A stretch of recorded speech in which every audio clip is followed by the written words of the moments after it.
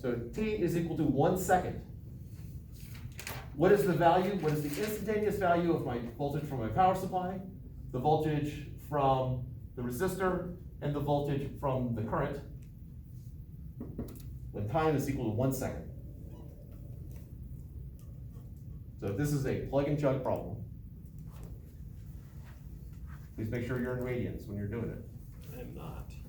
Didn't know how to change a real old school calculator to radians. Is there a DRG button? DRG. Doesn't know how old school it is. It's not very, just scientific.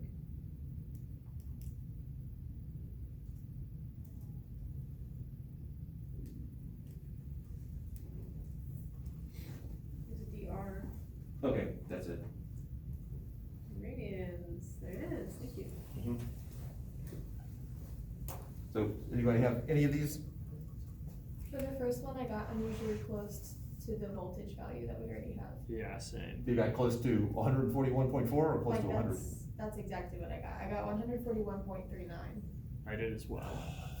All right, well, 1 second is not the right one to do. Or did we just plug it into our calculator? I don't think so, because you add 0. We did it right, One. bro. We did it right. I'm trying to think if you're in the. What did I make the frequency? I made the frequency 60 hertz. So 60.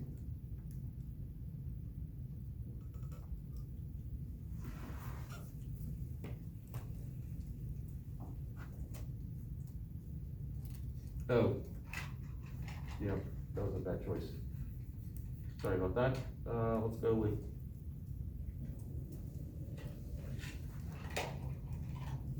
.01 seconds.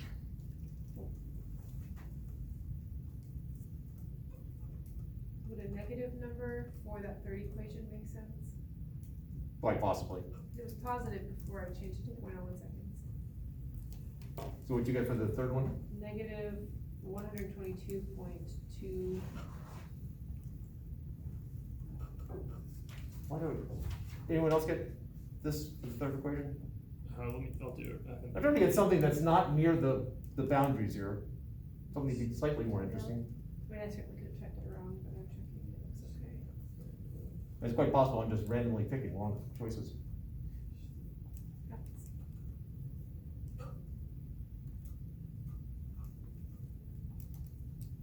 That is what I got as well. All right. Round 3, going to actually plot a calculator here. Yeah, I also got that.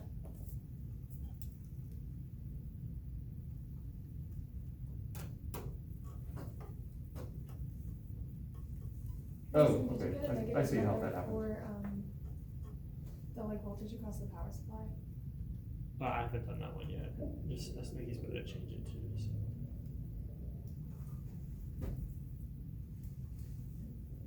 And if this turns out to be an uninteresting value, then I'm leaving it at this, so. Okay. Wait, there we go. We'll go with that one. Smallest time period ever. Okay, so for the last equation, I now have 0.961. So practically 0.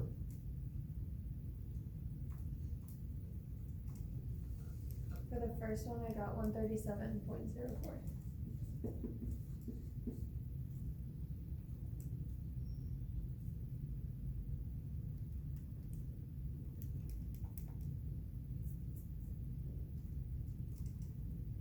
For the second one, I got 17.7. 17.7? Yes. I might And have I to. saw you. At least one of these is tapping wrong. The arrow on your calculator, and I just thought you were typing really fast. I was like, No, I'm scrolling. Yeah. I have to scroll on my calculator to I see do, everything. it's okay, I do too. All right, can we get confirmation on these? Yes. So the one that Harrison got, I got 46.7. Instead of 17.7? Yeah.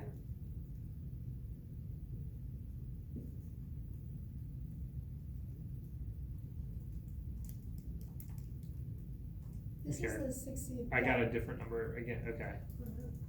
What you got? 33.2. This is a complex name. Yeah, what the heck? I got Nope. 18. I got 18. Yeah, I got 26. 18.268. Yep, that's what I got. Okay. That's for We'll have VR. 10. We'll have Oh, I 10 by forgot, the okay, the time. 33 is definitely wrong, hang on. Well, Wesley and I are right, and you guys are wrong. I think it's That could be. Alright, It's two to. could we double check the others also? Yes. Check. Um, Sorry, I didn't mesh. It is fixed.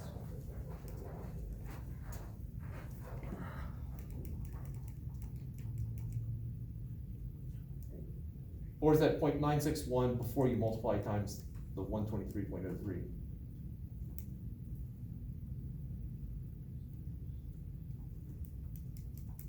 Okay, the First one's right, I think. The first one, Yeah, I think that's correct. we seem to have some consensus on at least 18.28. Okay, I gave you that 0.916, didn't I? yeah. I I'm gonna got have to something do that so last I got one, 118. yeah, 'cause- I also got 118. Yeah, I did too. 118.7. Oh, I didn't realize that was that's 69. Yeah, I thought it was 67.5. that's a 9. Okay, That's that's, odd. then it's probably 18 point, I got the 17 again, cause I thought it was 67.5. Oh. Harrison, how long have we been together? Man, I can't believe you guys got a So that 9 out of one's that. 18.7. Yeah. So- 7? Yeah. Alright, these numbers look more reasonable. Yeah, it So should be, 18.268. that should be right, yeah. 18 point, yeah. Alright, so Yeah. what we're saying is that this moment in time, at 6.6 ten-thousandth of a second after we've begun, these are the voltages going across each of the components. Kirchhoff's rule should apply here. So assuming that that's sort of the positive direction. So we said this was 133.7, sorry, not 0.7, 0.04. Try that one again, 137.04 volts. Going across the resistor, again, this is basically going from there to there. Oh, and it makes sense. This is Okay. 18.268 volts, and this was 118.7 volts. And so going from there to there, going around the left side, we get that, going around the right side is the sum of those two. It's like about the same. And, yep. That's so cool. I was wondering how you were fact checking that. Like, okay, that makes sense.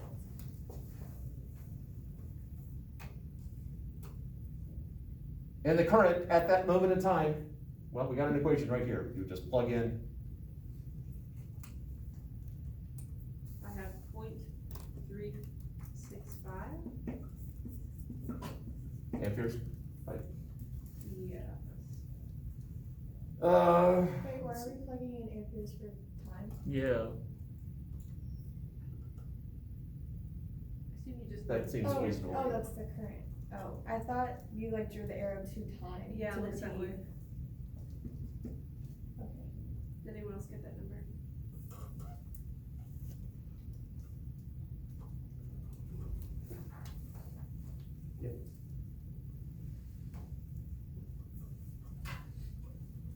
Now, had I picked a different time, and I'm not gonna subject you to that right now, if I picked a different time, it's also possible that this could have been, one of these could have been a negative number, actually any of the three could have been negative. So I could have potential being positive going across the power supply and the resistor in one direction and in a different direction for the capacitor. Because there's this ebb and flow of charges on the capacitor plates as we have this shifting back and forth of the voltage. Just to sort of add to that idea of shifting back and forth, if I had just an LR circuit, so just an inductor and, an LC circuit, an inductor and a capacitor. If I have the capacitor that's charged when we start the problem, there's no resistance, so the charge is immediately gonna come back over to the other, gonna shoot over to the other plate. Well, actually, without the inductor there, it would neutralize itself. But I have charges that have hate each other, gonna be jumping off the plate here. This is gonna create a back current, and so what's gonna happen is that the current that, let's say that this was the positive side and the negative side to start out with, the current would flow counterclockwise, get to this plate, and then flow back the other way, and then back, and then back. In an LC circuit, it would go on forever without any resistance.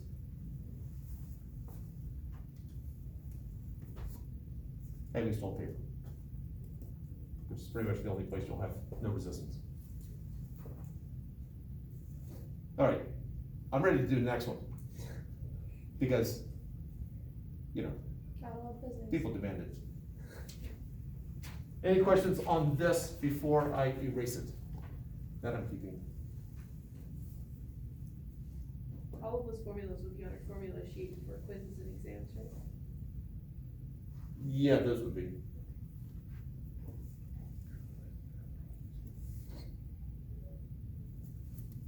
I guess the one equation that I don't have written on here. Or 0 or whatever I'm writing at the time.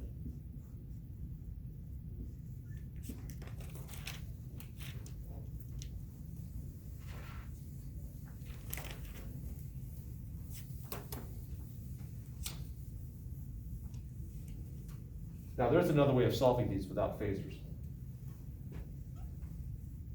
And it makes it look more like the problems that you did when we were dealing with DC, but it does involve complex numbers. So, depends on if you want the visual or the math.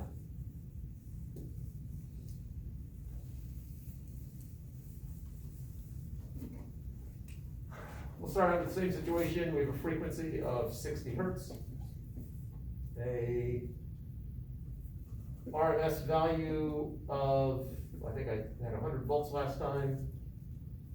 Well, make R 50 ohms, C equal to 30 microfarads. Is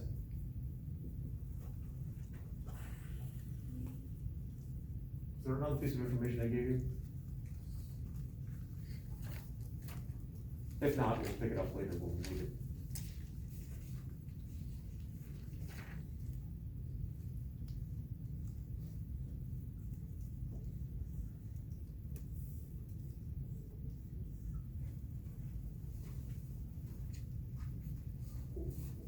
The RC parallel circuit.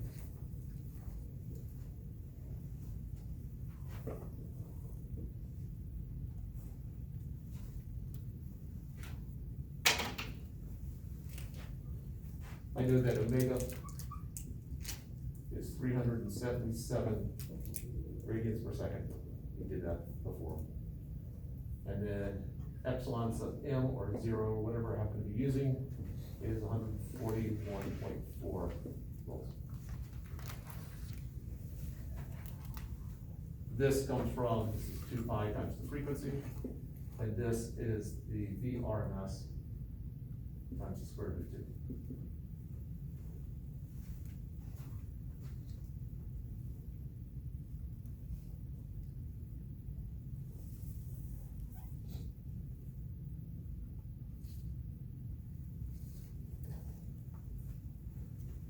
All right, I got a parallel circuit going on here.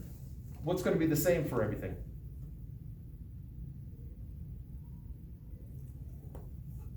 Not the current.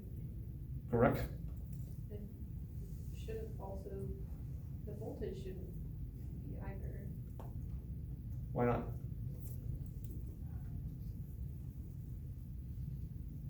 Because it splits, because it's in parallel. So if I'm going from here to here, from bottom junction to top junction, which voltage would be the biggest? We're going from bottom to top. Yeah. Bottom. No, which, I have 3 paths to get from here to here.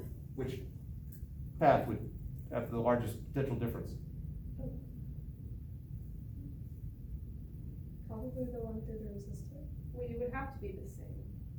Why? Well, I think this is the Kirchhoff's rule thing, and it seems, well, I mean, this isn't from one point to the same point, but it would be like the opposite. Well, no, wait a second. I have no idea, I'm speculating. Well, I think The you fit voltage pretty much is all the the answers, so same. you're finding these points in there. I remember now, I remember being confused about this, but it is the same voltage. Assuming that the power supply works the same way as the DC power supply, which is an assumption. because the voltage was the same no matter which path you went over. It doesn't split like current does. Right. So the voltage is the same. Voltage is the same for every single one, parallel, same voltage, series, same current. I wish there were a nicer memory trick, or any memory trick on that one. But it is path independent for voltage. So when I draw my phasor diagram, I'm gonna start out with drawing a voltage phasor. So that is the voltage for the resistor, which is the same as the voltage for the capacitor, which is the same as for the power supply.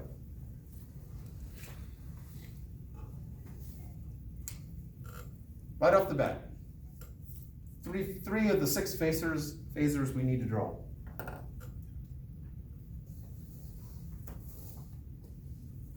Now let's do current. What do you know about the current phasor for a resistor and the voltage phasor for the resistor in terms of phase? In sync, one lead, one lag.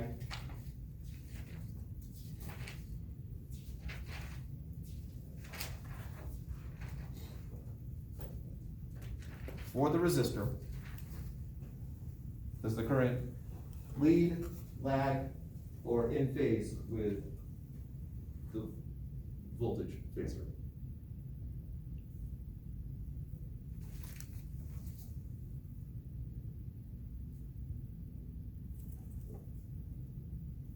This should be me right here. I should know this off Eli the Iceman. Yeah, so where's resistance show up in Eli the Iceman? In Eli. I couldn't find it. It does not. Yeah. So therefore, Oh, They're the I same. did. yeah, they're in phase. Oh, okay. But what is L again? Inductance. Oh, inductance. I haven't thrown one of those in yet. Okay, okay. So I have this current for the resistor right there. What about for the capacitor? Current leads Yep, by how much? 90 degrees. Yep. That's a 90-degree angle right there. There's I sub C.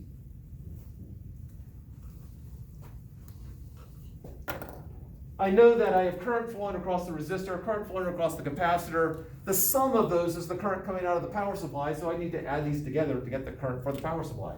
So it's gonna go like straight up? Almost. Yeah, almost, depends on how badly or well I drew them. Again, I don't know the relative size of these yet, I'm just drawing the, so it is pretty darn straight up there. Darn straight.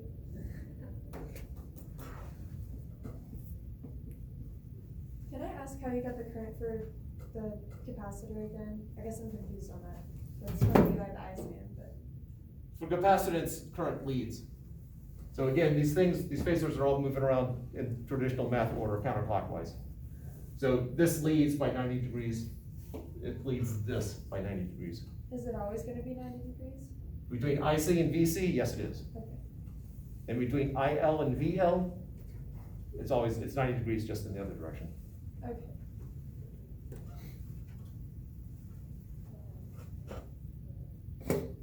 So IBS squared is equal to IC squared plus IR squared.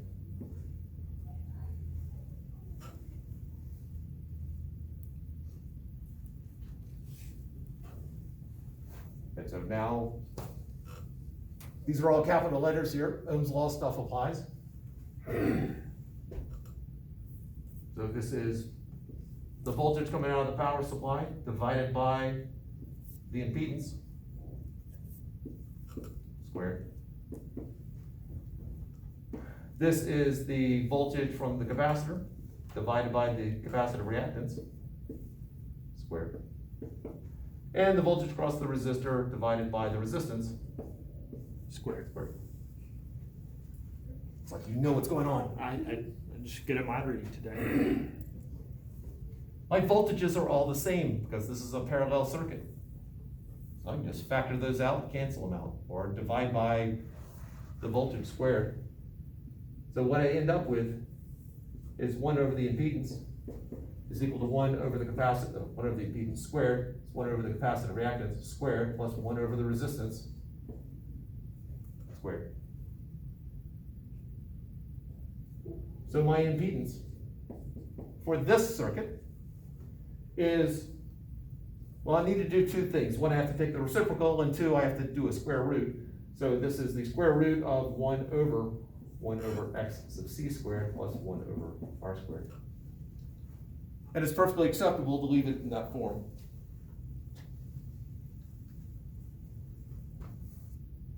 If you want to get the common denominator and take the time to do that, no reason not to, unless you're trying to Carol's errors. So I can find the impedance now. Well, first off, I have to find x sub c, but we've done that already. I know that x sub c is 1 over omega c, and it feels like it's somewhere around 88.4.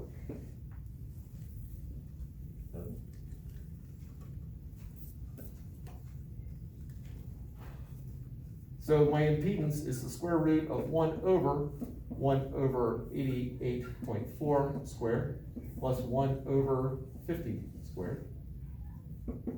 And now this is a calculator exercise, which someone is going to dazzle me with giving me the correct value.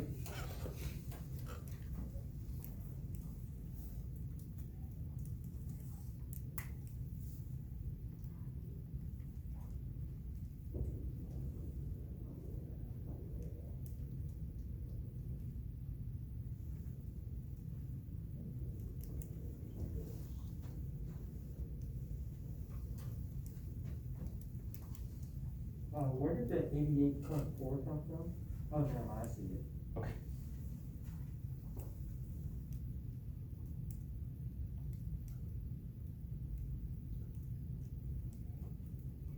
Did anyone else get 9.4?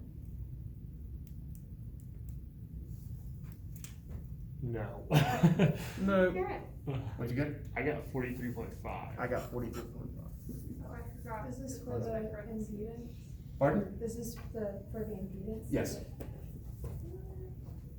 43.5. My brain was sticking this, it's somewhere under 50, I know that. And I was picturing it wasn't that far under 50. Oh, I forgot to square the things. Yeah, that'll make a big difference. And of course, the lesson is show your work. Yeah. So I can now find my maximum current for